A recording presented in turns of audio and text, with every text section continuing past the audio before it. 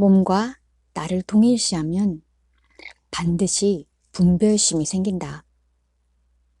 몸과 나를 동일시하면 반드시 분별심이 생긴다.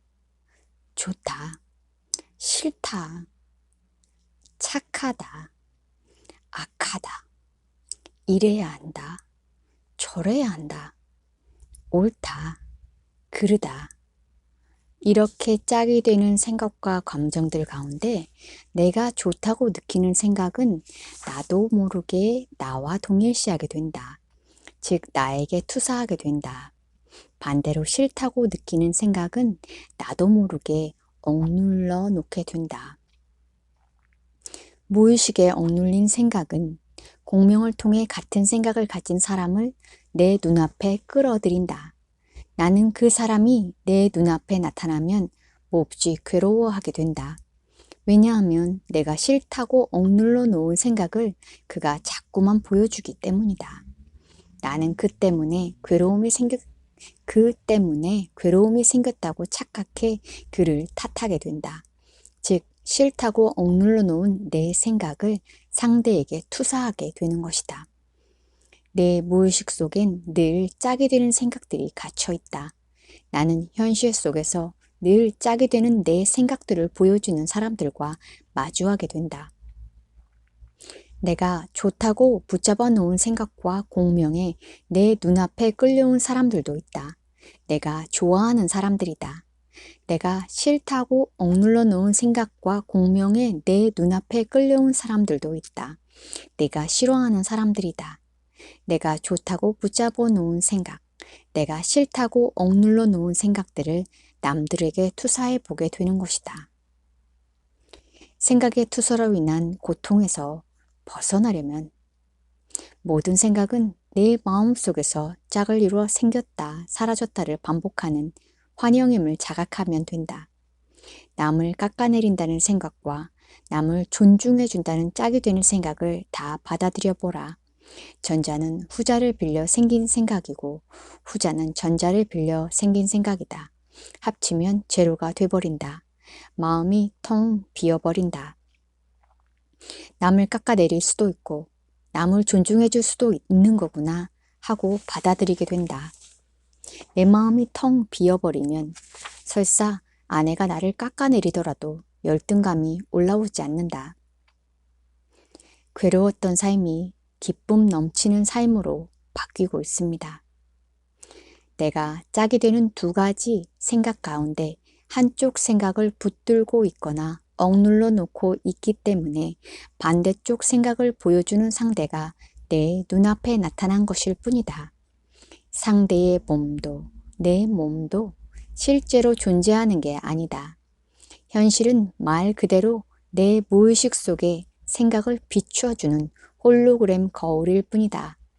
바로 지금 이 찰나에만 존재하며 흘러가는 움직이는 거울이다. 짝이 되는 이 두 감정이 무의식에 억눌리면서 나는 두 감정과 한 덩어리가 된다. 즉, 두 감정이 번갈아 올라오는 경험을 하게 된다. 돈을 왕창 벌고 싶다는 욕심이 현실화된 돈을 왕창 버는 경험을 했다가 돈을 왕창 잃으면 어떡하지? 라는 두려움이 현실화된 돈을 왕창 잃는 경험을 하게 되는 롤러코스터 인생을 살아간다. 투자를 해서 돈을 벌 수도 있고 잃을 수도 있다.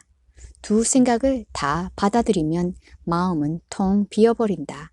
돈을 벌 수도 있고 잃을 수도 있다고 생각하니 욕심이 생기지 않는다. 욕심이 없으니 두려움도 생기지 않는다. 이렇게 텅 빈 마음으로 투자를 하면 어떤 현실이 창조될까? 내가 원하는 대로 창조된다.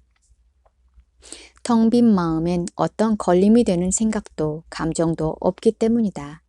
나는 즐거운 마음으로 투자하고 즐거운 마음으로 벌어서 즐거운 마음으로 쓰게 된다. 오늘 신기한 체험을 했습니다. 공원에서 명상을 하고 돌아오는데 무릎 관절이 너무 아파서 걷기가 어려웠습니다. 그래서 나는 지금 공원 속에 들어있고 공원은 내 마음 속에 들어있고 따라서 내 아픈 무릎도 내 마음속에 들어있다. 마음은 모든 것을 움직이니 내 아픈 무릎도 고칠 수 있겠구나 하고 생각했습니다. 그리고 땅속에서 하얀 치유의 에너지가 올라와 내 아픈 무릎을 통과해서 우주로 빠져나가는 상상을 했습니다. 그러자 신기하게도 통증이 즉각 사라졌습니다. 저 자신도 깜짝 놀랐습니다. 거울 명상으로 아들의 고민도 내 아픔으로 받아들여 명상을 해보니 아들의 고민도 해결되었습니다. 이젠 길가의 작은 풀들을 보면서도 기쁨과 고마움을 느낄 수 있게 되었습니다.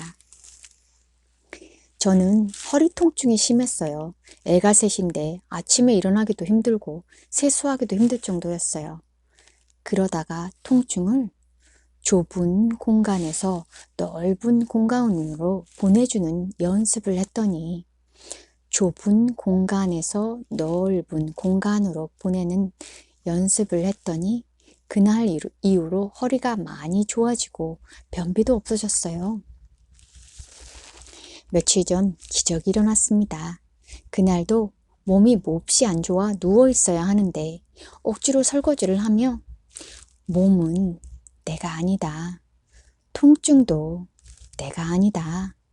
통증은 몸 안에 갇혀 있지 않고 넓은 근원인 마음으로 퍼져나간다. 놓아준다. 하는 느낌을 가졌더니 설거지를 마치자 10수년 동안 저를 괴롭힌 통증이 사라졌습니다.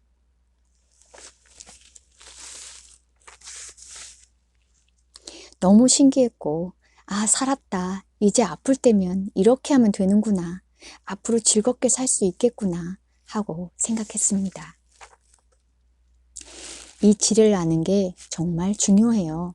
유튜브 근원에 나와 만나는 명상을 하면 이 질을 좀 더 쉽고 빠르게 알 수 있죠. 그 명상을 꾸준히 하다 보면 마지막에 무한한 공간과 또렷한 의식만이 남게 됩니다.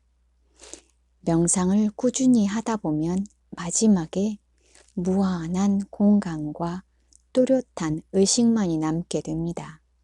몸이 사라지고 의식만 남는 체험을 하게 되고 무한한 공간 속에 모든 감정과 생각이 붕 뜨게 되는 걸 알게 됩니다. 머릿속에서만 맴돌던 게 마음으로 그냥 받아들여집니다. 그 이후부터 마음의 문이 완전히 열리면서 갇혀있던 에너지들이 쏟아져 나오고 한동안 인정해줘야 떠나는 감정 에너지들도 있지만 걸림없이 아랫배에서 올라와서 정수리로 빠져나가는 에너지들도 많아요. 그저 지나가는 느낌만 있을 뿐이죠. 지금도 한참 올라오는 과정 중이고요. 시간의 차이일 뿐 꾸준히 하면 누구나 할 수 있다고 믿습니다.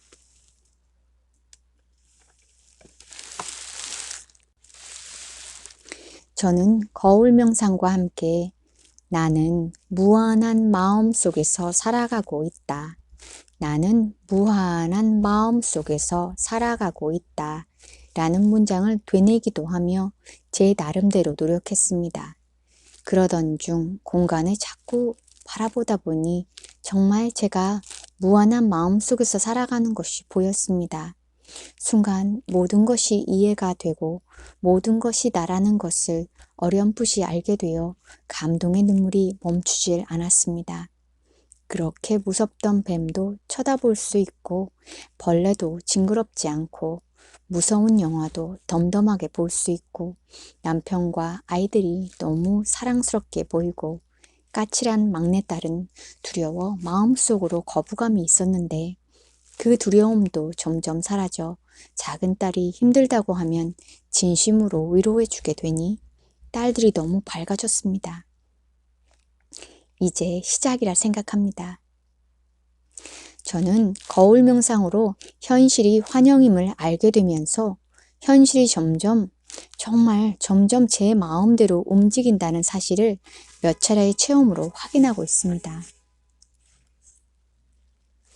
안구와 눈의 긴장을 안구와 눈의 긴장을 완전히 풀고 거울 명상을 하면서 몸 주위에 빛이 나다가 몸이 사라지는 걸 꾸준히 봐왔습니다.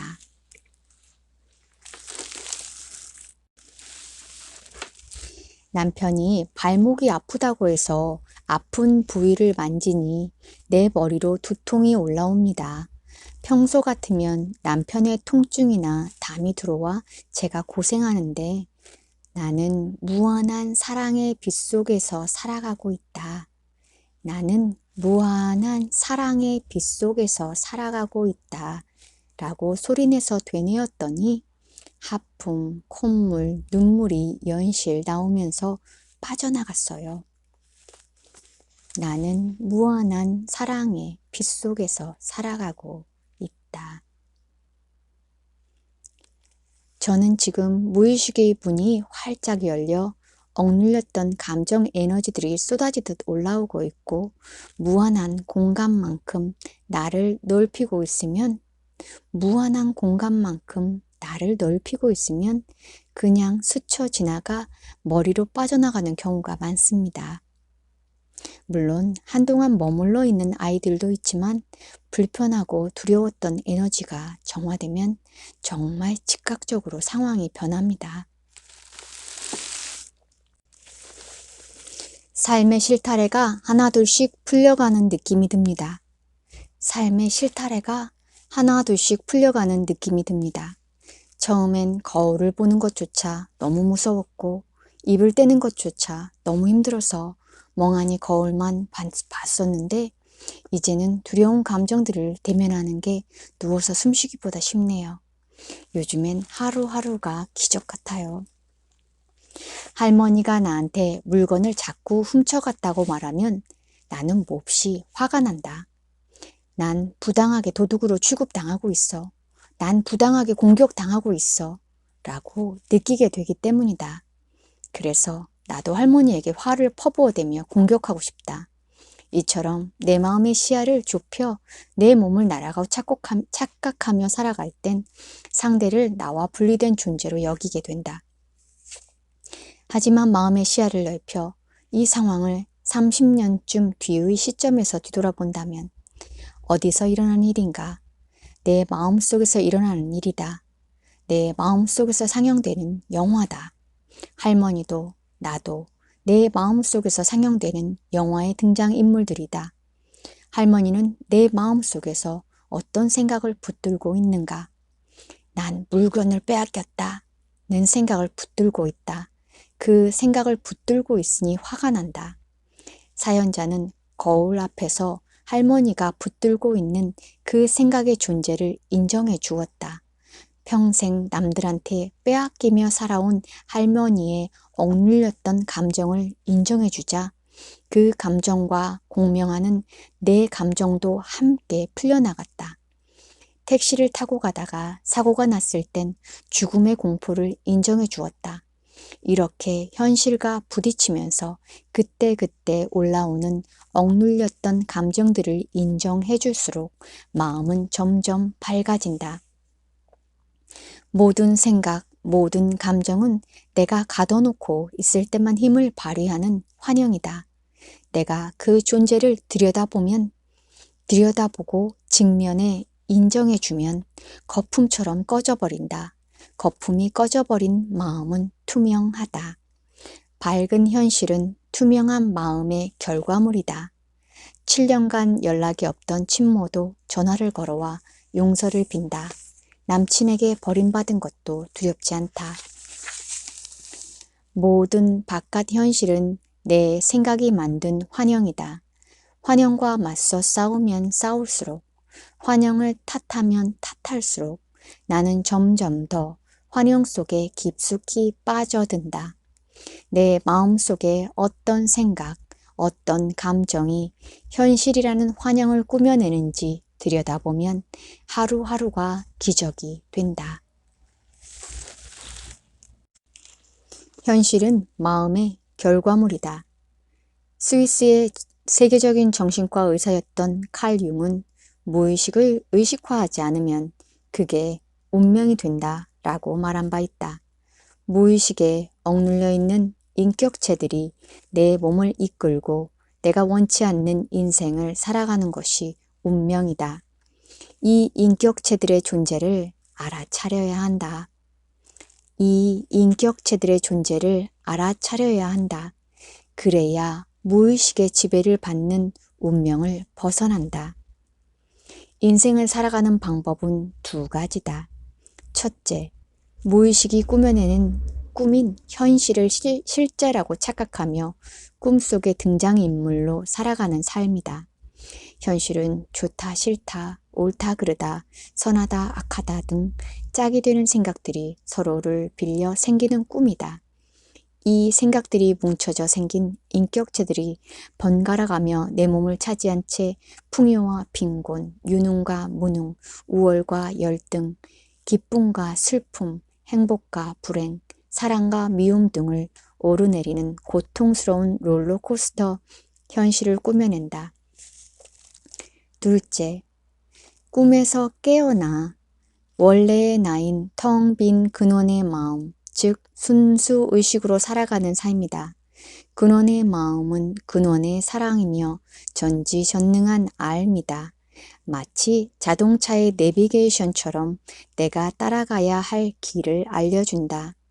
나는 근원의 마음에 맡겨놓고 근원의 마음 속에서 떠오르는 생각을 따라가기만 하면 된다. 근원의 사랑 속에 사는 삶이다. 근원의 사랑 속에 사는 삶이다. 근원의 사랑 속에 사는 삶.